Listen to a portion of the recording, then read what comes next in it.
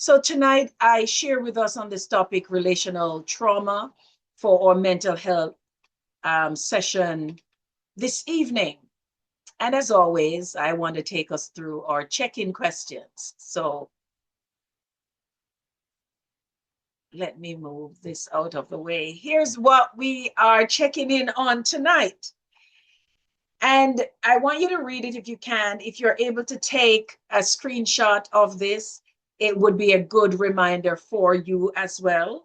As I prepared this week, there were lots of considerations around this check-in, this slide, and with these check-in questions, because I think that we really need to hone in to ourselves and who we are and what is important and how these things affect us and how much do we know our bodies, how much do we know ourselves. And so the first question tonight: what are 5 things that make you feel unsafe? And it's important for you to know. And like I said, sometimes we don't stop to think about what makes us feel unsafe, but we need to. We need to hone into our bodies. We need to understand what happens when someone says something or does something, or when you're in a certain place or certain space, right? Not necessarily a physical place. What are 5 things that make you feel unsafe? List those things. What symptoms do these set off, or what symptoms do these periods of feeling unsafe, what do they activate in your body? What happens in your body when you feel unsafe? That's really what it is. What are the symptoms? What are the symptoms? You know, your heart skips a beat, so there's palpitation, sweaty palms, your legs start to just shake uncontrollably under the table or on the chair or where you are. There's something that happens. Your body responds. What symptoms do these set off for you? Is it a headache? Is it right away you begin to feel sweaty and clammy, right? They set off symptoms in you when you feel unsafe. List 3 to 5 things that just quiet your nervous system when you feel unsafe. Something that maybe we would call them some protective factors, things that you are good at, or they make you feel good, or they're healthy for you. Maybe I have 3 to 5 because I thought that I know some people, for some individuals, they probably are not able to find 5, but they know there might be 2 or 3 things that you know for sure that these help you to feel calm. Maybe it's the sunset, maybe it's water, maybe it's, the sunrise in the morning. Maybe it's a nice little walk, right? Maybe it's a book or a good movie. Whatever it is, there's something, 3 to 5 things that quiet your nervous system, that bring you down. Starry skies, whatever it is, that bring you down from the fear, the anxiety, the rush that probably got into your body, and they make you feel safe in that moment. And the last question, I thought a lot about this because I think so many persons, when I ask this in sessions or in ordinary conversations with persons, they say something like, that's a very good question, or I never thought about that. But describe how you would want to be loved. How would you want to be loved? How would you want to be loved? Do you even know how you would want to be loved?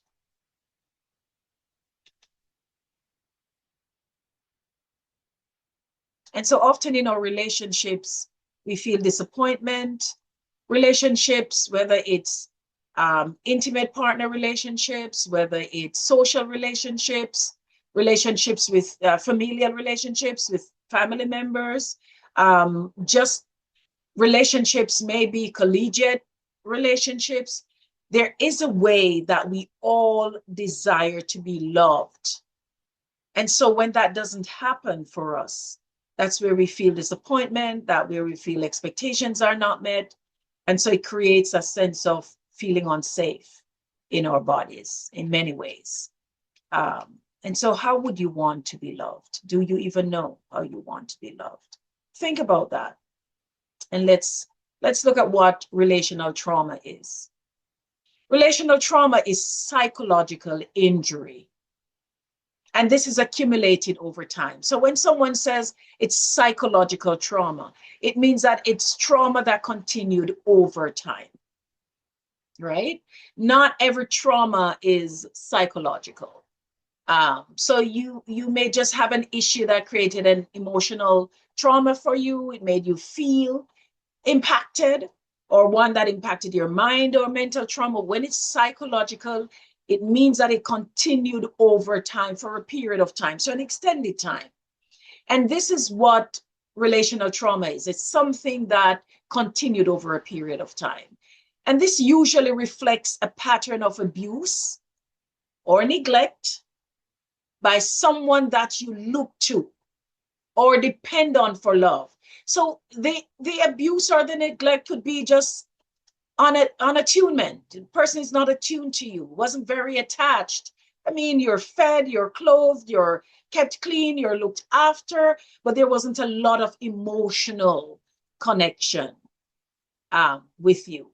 So this person, who most likely was a caregiver, a parent, whether they were grandparents, uncles, whether caregivers who were, let's say, people of authority that you were in their care for hours and you looked to them for these things, persons who were expected to protect, to love, to keep you safe, to be attached.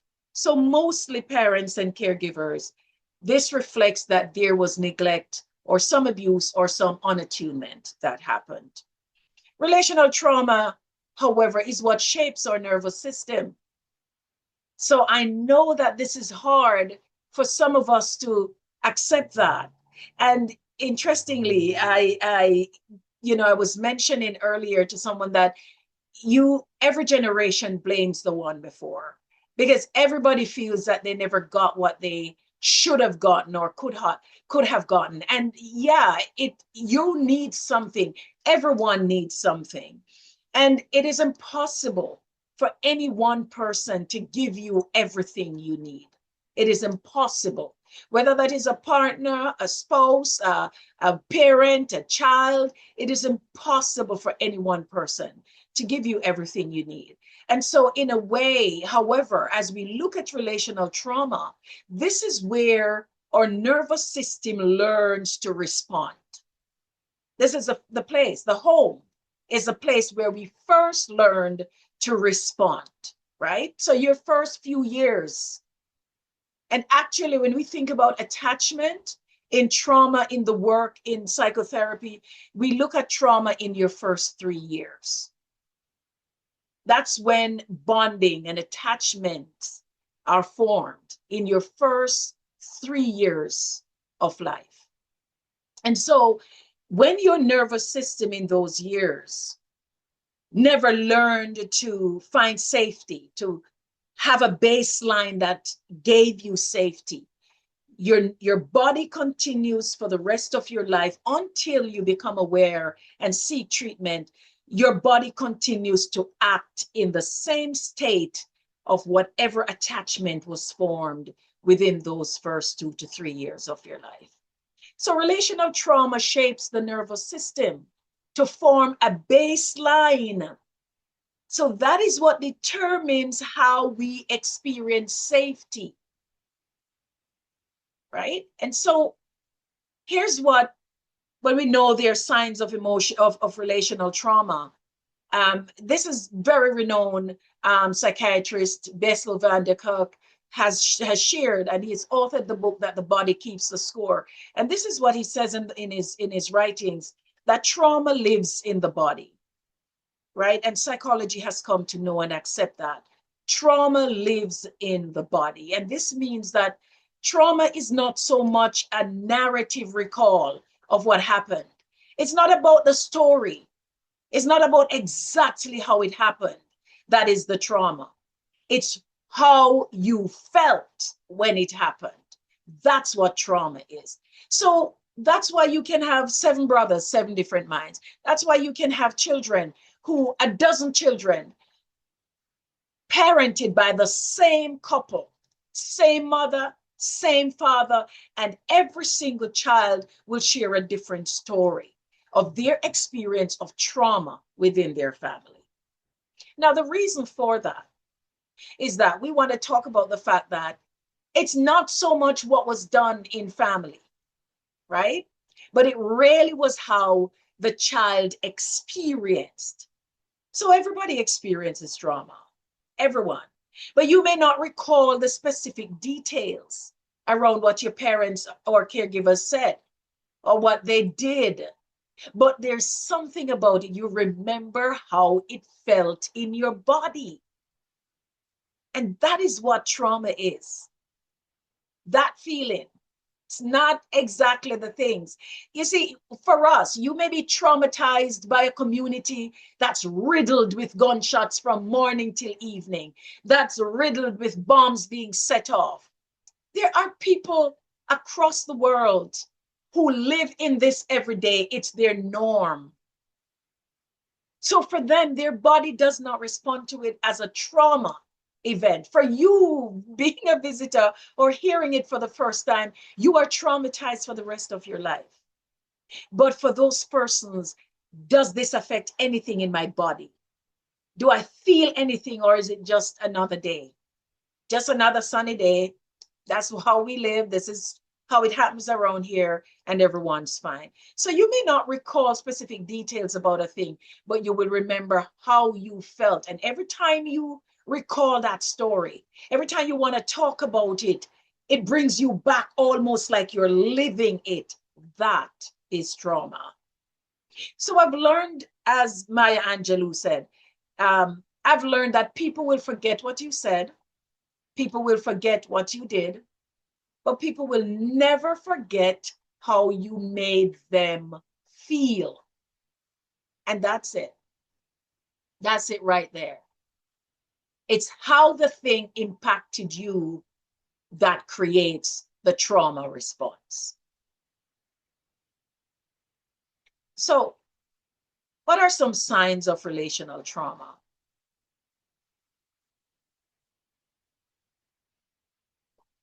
When parents, caregivers, or the people that were responsible for your safety, when they responded with neglect, when they left you crying for hours and don't care, when they left you hungry and never cared, when you were messy and dirty and they left you without care, whatever was that neglect, or as in that season, in that period of your life, in the early stages of attachment, what you never got, or it felt like harm, or it felt like abuse, or they were just unattuned to you. So maybe even they have you on their hips. They're watching, you're always held in someone's arms, but they never really connected to you. It's not talking with you. It's them on their phone, or them watching the TV, or them reading by themselves, not connected to you. You're just sitting there, no attachment, no connection, no dialogue, no being present. You are probably just cleaned, fed, and that's it. There's not a connection. That's attachment. That memory of just being there and no one being attuned to you, that memory lives on in your body. And that is why there are a number of persons raised in large families, big families. There are lots of people always around, but they were always invisible.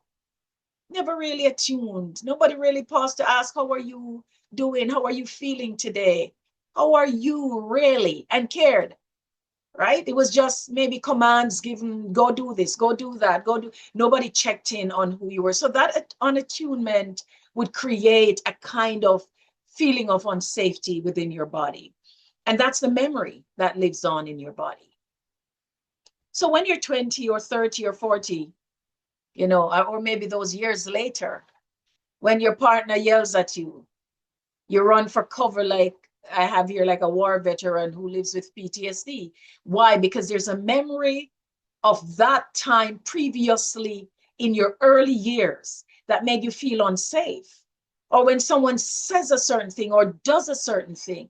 And that's why people move into their shells like turtles, because there was a previous season in your life where that moment similar was an unsafe moment and you needed to protect yourself. That's why people flare up and get angry and blaze, because there is a need in that moment sometimes that they felt like they need to protect themselves. And sometimes that flare up is not because the external is negative, but because maybe what is offered in that moment is too much for what your body is not used to. So again, it brings a feeling of being unsafe because your nervous system is not used to this. And so we react as adults. And if we pause for a minute, sometimes, maybe a few minutes, and check back, when have you ever experienced this in your life before? When was a previous time you felt like this? When was a previous time that your whole body was shaking for reasons that you could not figure out, because maybe what was before you made you so nervous that you wonder how? Like, it's not the first time someone has said this or yelled, or, but it brought you back to a period where your nervous system was formed in that moment. And at that time, it's a reminder of a season and a period where you felt unsafe. So you may have a vague memory as to the details of when that started, but the feeling of being unsafe remains in your body. And that's why when it surfaces 20 years later, it is tied, it is attached or likely attached to an earlier period in your life. And these are signs of relational trauma. So this is what happens in your head. Like, you feel like you are losing it. You feel like your body is out of control. You feel like your baseline has just been shifted and now you don't know how to manage this. And some people, they scream, they yell, they throw things. Some people just shut down silently because your nervous system is on alert in these times that I am unsafe, I am unsafe, I am unsafe, I'm unsafe. This is what is going on, right? And so it's important that we know our bodies and understand the messages that they're communicating with us. So here is exactly trauma, as I mentioned before. That relational trauma comes out of our developmental and cultural norms. So it's in the early years of our lives. Trauma is not so much the thing that happened to you, but how it impacted you. That is trauma. Everyone experiences trauma. Everyone. Every single person in this room right now, every human being that you know experiences some trauma. I mean, even the birth experience is traumatic for the infants. Everyone experiences trauma, but the impact is different for everyone. So we might have the same situation. You probably both of us are in the same accident, for example, motor vehicle accident. And for the next person, they just relay a story because, oh, this has happened so many times, like it's nothing. And for the other person, they're totally traumatized. They have to go to therapy. They cannot ride in vehicles again. They don't want to be on the road. They stay inside. It's a completely different impact. And so people are like, oh, get over it. I mean, both of us were in it. What's wrong with you? You cannot. Like, trauma is experienced differently for each person. And we have to get to that place to respect that and to understand that the impact is different for everyone. And it is not so much the narrative of what happened, but how it impacted you. That's trauma. So what exactly is the developmental and cultural trauma that we're talking about? Because this is steeped in relational trauma. Developmental trauma the impact relies heavily on how someone was held or heard or dismissed when the thing happened. So let's say there's a motor vehicle accident. We're talking about that. You brought home the story. You're sharing what that felt like. And they're like, well, thank God, just get over it and move on. Praise God. Yeah, no empathy of, oh my goodness, how are you feeling? What was that like for you? Are you okay? Do you want to talk about it? And maybe even the next day if they want to talk about it. because that person might really be traumatized by what just happened. And another person, man, it's just another day. It's another accident. And it's just, and thank God I'm alive, and we move on. Nobody talks about it again. They are fine. Now, when the event happens in your developmental stage, and that story was never held by anyone, nobody cared. It was just thank God you have life and move on. Nobody really heard that you're repeating the story because it impacted you. You're probably dismissed. Okay, that happened now. It's 2 days now. It's 2 weeks now. Lord, it's last year, right? You're dismissed. So when that thing happened developmentally, this is how we grow up recognizing that something that's important might not be heard by others. No one is going to hold space for you for it. You might even be dismissed. And there are cultural traumas associated with our development, right? And cultural is really, every home has a culture. And culture defines the dominant cultures in which we were raised. How did we learn to repair ruptures? When something happened in your home, how did you repair it? When something happened, was anyone accountable? When things went wrong, were you blamed? Did the caregivers blame the child in that moment? Did the parents blame the kid instead of taking accountability? Right? And so the kid learned to blame others or never taking accountability. And these are things that the caregivers, the people responsible, maybe the persons that were left to care for you, whether it was an uncle, an aunt, maybe even the things happen in the classroom and it's the teacher never took responsibility, but these are the people who had your care for 8 hours of the day and 6 hours of the day, caregivers, people who were responsible for protecting, and mostly parents and guardians, but also others around us who were established caregivers in the life of kids. When these things went wrong, did those persons take responsibility, held themselves accountable, and maybe even modeled how to do repairs, how to fix the ruptured situation, how to heal what happened? And so many times the accountability is passed on to the child in that moment. And so these are the cultures that form relational trauma. What are the impact of that? Some of the impacts of relational, developmental, and cultural trauma as it relates to our relational trauma? When we're not held or heard as kids, we tend to grow up thinking that something is wrong with us. That's just an innate thing. That's where self-worth and esteem issues and so on come from, because we're easily dismissed. Nobody really heard. Nobody cared to know. We're shut down. And I know, especially most of us from the Caribbean came with that kind of strong culture of where you were dismissed and just ignored and just, oh, it's, you just mentioned you're a child, you're a kid, it doesn't matter. There's no big news there, right? And so in a way, that's how our parents were parented. And many of us, we parent the same way, and then our children parent the same way. And there are small changes, I would say, little changes with each generation, because every generation is trying to do their best. I believe that fundamentally, mostly, our parents were trying to do the best with what they got. They did better than what they got from their parents. And I'm sure that those grandparents as well did much better in many ways than they got from their parents. So as generations begin to evolve, what happens is that we are all impacted anyways, because when we're not heard or held as kids, we grow up thinking something is wrong. I'm not important. I'm dismissed. What I say is not important. No one listens. And so we tend to bring this up in our future as well, in our future relationships. So in a way, it felt like we lacked those things in our earlier years. And the dominant cultures show up in our relationships. Whatever those dominant cultures were, whether to be silenced, shut down, they show up.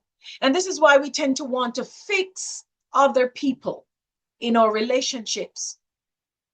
We have an answer to fix everyone in our relationship. Oh, they should be this, they should be that, they should be that, because we're trying to fix something many times within ourselves or that we feel, or unsafe nervous system is the standard. And so we want to make others into a place where they're not disruptive of our nervous system.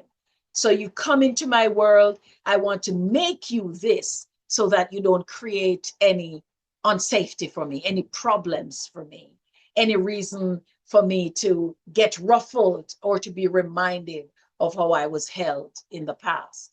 So the question I have for us tonight, can we comfortably be alongside someone without wanting to fix them? And how many of us could really do that?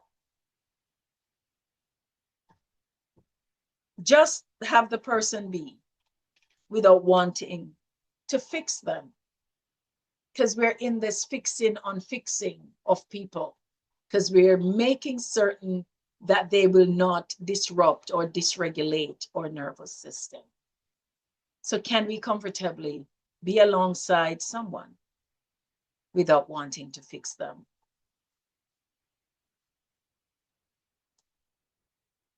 And so a new idea in a number of podcasts I've been on and webinars I've been attending, there's a concept of this yummy person. And I thought I'd bring it into a presentation tonight. That some clinicians see the yummy person as someone who fits a complete ideal of the other person. So let's say it's a parent with a child. You want this yummy child, right? They fit the complete ideal. They are exactly how you want them, the perfect. And the child for the parents too. And partner to partner. We want this yummy person where they are perfect, exactly how we want them. And so that's why we try to fix people, because we want them to not disrupt our nervous system. So they become this yummy person to us. So when relationships are not to our ideal, we try to create a makeover of the persons that we want by the concept of our yummy person. We're trying to make them over to be just right for us. So even in conflicts, we project our feelings on them to become who we want them to be in that moment, so that they can be the ideal person, the yummy person. Again, we want them to fix our nervous system, which we learned from our parents and guardians. And nothing is wrong with someone being able to hold your nervous system into a place where you feel safe. That's actually what we would all, that's a goal, that we will find that the people we connect with can really hold our nervous system, that they can manage that they don't, not trying to fix it, but they can hear you and hold you and not be dismissive of you. And that is possible. And that is the aim. And that can happen without us wanting to fix people to become the ideal of who we want them to be. So mostly with total disregard for what the person needs. Sometimes for what they need them, we tell them, you'll be fine. They share something that they're passionate about. They share something that has taken up their entire day. They share something that you could hear the passion or the anger or the frustration in the voice. And then at the end of it all, you're just like, yeah, you'll be fine. Not a big deal. Come on, chin up, cheer up.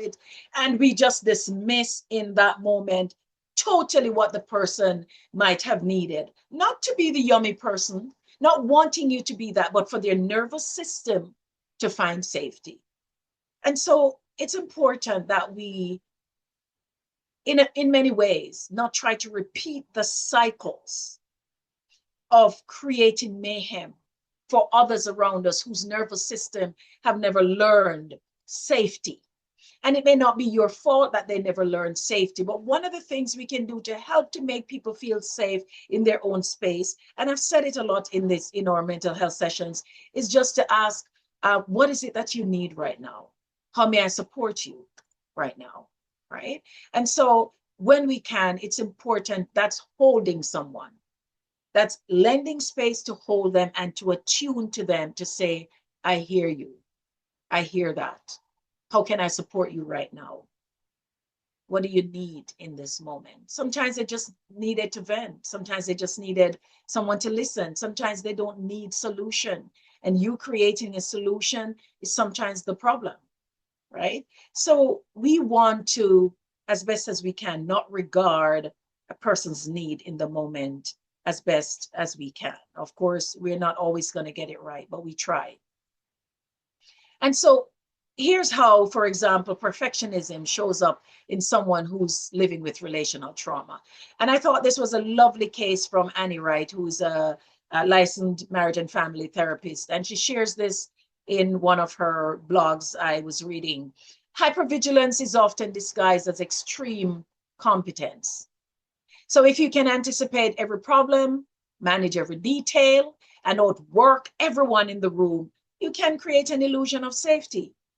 And perfectionism becomes a trauma response. It's a subconscious belief that if you're flawless, you'll finally be beyond reproach and maybe even immune to abandonment. If you never make a mistake, no one can ever leave you. It's like a mathematical proof that runs in the background of driven women's life, because she studies women, so she used that. But in the ideal of a driven person's life, this is how it shows up. Capability equals safety. That's how relational trauma shows up in perfectionism. If I'm capable, I feel safe. I'm competent. I can do this. I will not be left out. I mean, who's going to challenge my competence? And so safety is something to be earned. That's how it shows up. I have to work for this safety, never something simply given. And so she also brought a case that I have here, I would share. It says, consider Grace. Sorry, not you, Sister Grace, but here we are. A brilliant trauma surgeon. In the operating room, she's decisive, calm, universally respected. She thrives in chaos because chaos is familiar. Her childhood was chaos, and her body knows what to do with it. But in her personal life, she's caught in a cycle of chronic self-abandonment. She dates men who are emotionally unavailable, twisting herself into knots to accommodate their needs while completely ignoring her own. She can't rest. She can't receive care. When a partner actually tries to support her, she feels a visceral wave of disgust and pushes them away. She feels that in her body. Grace's professional success is real, but it's also serving as a highly functional defense. That's what it is. Her ambition is the armor she wears to protect a deeply wounded attachment system. She has mastered the art of being needed. And you see this a lot in the workplace, because being needed feels safer than being loved. Those people who like to feel needed, that usually is so indicative of relational trauma, because feeling needed is safer. It feels safer to that person's nervous system than being loved. How do we heal from relational trauma? With the right environment, everyone can heal from emotional trauma, including the relational trauma. Because the trauma occurred in relationship, healing will also need to take place in relationship. You're not going to be healed from relational trauma without that happening. I don't care how much therapy you go to, how many books you read, until you actually are in relationships where you are doing not just the theory from therapy, but the praxis of it all, then you're not going to be healed from relational trauma. It happened in relationship, the healing will need to happen also in relationship, which is why spousal relationships, parent-child relationships, partnerships, those relationships are great for healing. Because if you were in a place where you were dismissed, unheard, unattuned to, just unattached by others, now you're in relationships where someone hears you, they hold space for you. You're not dismissed. Your nervous system becomes calm. It is in those relationships that you now learn to trust again and to even be able to manage those relationships that are not safe because you have safety in yourself now. And so it's important. We can't isolate ourselves from people. Staying alone and isolated does not help you to heal from mistrust that happened in relationship. Trust won't be built by yourself, but with gentle, I call them baby steps, while we're relating to others. So relational trauma happened over time. And a new pattern of building trust and safety over time can heal the psychological harm of relational trauma. It took years and repeated action of neglect and abuse or unattunement to get you here. So give yourself time to rebuild safety, to rebuild the trust, and being seen, being heard, and being held. Having a safe therapeutic relationship can help you get accustomed to what it means to be held safely. Sometimes that's where you have to start. Because sometimes the people in your circle really don't know how to hold you safely. And so maybe starting from a professional level, in a way where you can understand and how it feels when your therapist, when your counselor, when that mental health practitioner holds you safely, hold that information you share, and they're not making you feel scared or feel dismissed or just charging you with all of this challenge that is making your nervous system shake all over, but instead they are warm and understanding and compassionate, and they hear you. You feel like someone connects. And this is usually why it's such a good place to start, maybe in counseling and therapy, where you can understand what it means to be held safely without judgments or harm. Actively seeking to repair ruptures can also help in the healing process. Because if you don't repair those ruptures, then you're not looking for healing in relationships. And if you're not trying to heal in the relationships, then there's no way you're going to overcome the relational trauma that you've experienced. It's going to take longer.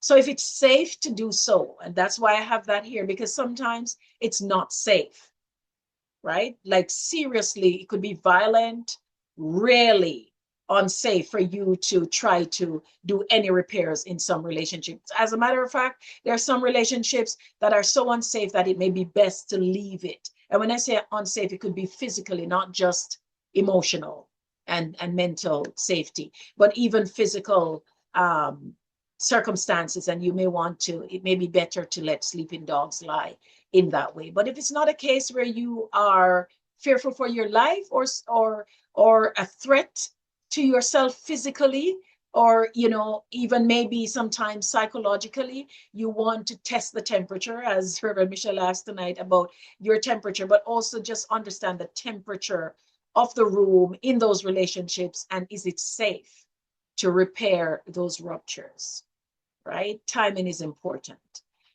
And that's why I say here, you must first be emotionally stable. You can't do repairs if you are not emotionally stable. And sometimes we look at it and think, oh, it's the person who's not. But if you are not ready yourself personally, then it doesn't matter how ready the other person is, you will not be ready to heal those ruptures. Signs that you're emotionally stable. How do you know if you really are emotionally stable? You need to manage your emotions. You need to notice it. You need to be able to name it, and you need to feel it. Right? Manage it. Understand what you're feeling. Notice it. Notice when you feel angry in your body. Notice when you feel like you're just irritable. You need to notice this and own it and name it. There's nothing wrong with that. It's nothing wrong with me. You need to name it because something is wrong. If that is your response, actually, something is wrong, right? And be honest with yourself. Build protective factors around you, things that strengthen you and keep you positive. Right? When you can do those things, you are building yourself emotionally. You're building emotional stability within yourself. Develop healthy coping skills. Notice I said healthy, right? You need to have an outlet, something, healthy outlet for the days when they're bad days, for the times when they're bad days, because you will have bad days. We're all going to have bad days. When you can develop healthy coping skills, you're not just walking around barking at everybody and yelling and screaming and being angry because you're bullbuck and duppy conqueror. That's not healthy coping skills. That's someone who has no control over their emotions, right? So you are not emotionally stable. And so we're saying that we cannot repair relational ruptures unless we're emotionally stable. And one of the ways for that is that you know how to keep your emotions in check, to manage yourself, to know how to deal on a bad day, and to understand what you can use to strengthen yourself. Strengthen self-regulation. That's it. Identify when you're becoming stressed. Recognize when something is causing you to blow your top, right? Recognize that and prioritize self-care. Know that you are deserving of compassion and care. So when you can understand, and I've just listed these 5 things, there could be so much more. These are signs that you are emotionally stable. And if you have these under control, then you can begin to try to do repairs in relationships because you are stable. Your nervous system is a little bit more stable than it was a year, 2 years, or whatever ago, right? What does the Bible say about any relational trauma, or how does the Bible help and support or address how we can deal in these relational trauma circumstances and situations that we've all grown up with? Remember that the Lord is close to the brokenhearted. That's what the psalmist says in Psalm 34:18. And he saves those who are crushed in spirit. So when your spirit is broken from the abuse, the harm, the neglect, the unattunement, the unattachment, the Lord is close to those who are brokenhearted. And if your spirit feels crushed, he's close to you. He's still there. He is there. And the psalmist again tells us in Psalm 147 and verse 3, the Lord heals the brokenhearted and he binds up their wounds. So you can have healing in the Lord. He is able to do that. You don't have to live with this alone. You don't have to live with this for the rest of your life. You can have healing. And even the word of God addresses this. The text tells us as well in Psalm 56, verse 8, the psalmist had a lot to say about relationships. And this I know, that God is on my side. That's verse 9. But here 8, you keep track of all my sorrows. You have collected all my tears in a bottle. You have recorded each one in your book. This I know, that God is on my side. So your pain is seen by the Lord. It's heard. He's holding you. He's holding it in a bottle. He holds your tears, the tears of those relationships that never work out, the terrible relationships with your parents, with spouse, with the caregivers who should have protected and kept you, the people who made you feel unsafe in the developmental years of your life that now impact the relationships that you have. The Lord sees you. He keeps a record. He bottles them up. He is protected. This I know. This I know, he's on my side. So he's on your side. And Psalm 27 as well, that's a text that Sister Bernadette read for us tonight. When my father and my mother forsake me, then the Lord will take me up. So the people who are set to care for you, the Lord, even when they forsake you, the Lord will take you up. You're not alone. You're not alone. So remember that you can have healing from relational trauma. And I share this final one with you, Hebrews 13:5. The Lord says, I will never leave you nor forsake you. So he's with us. He's with us.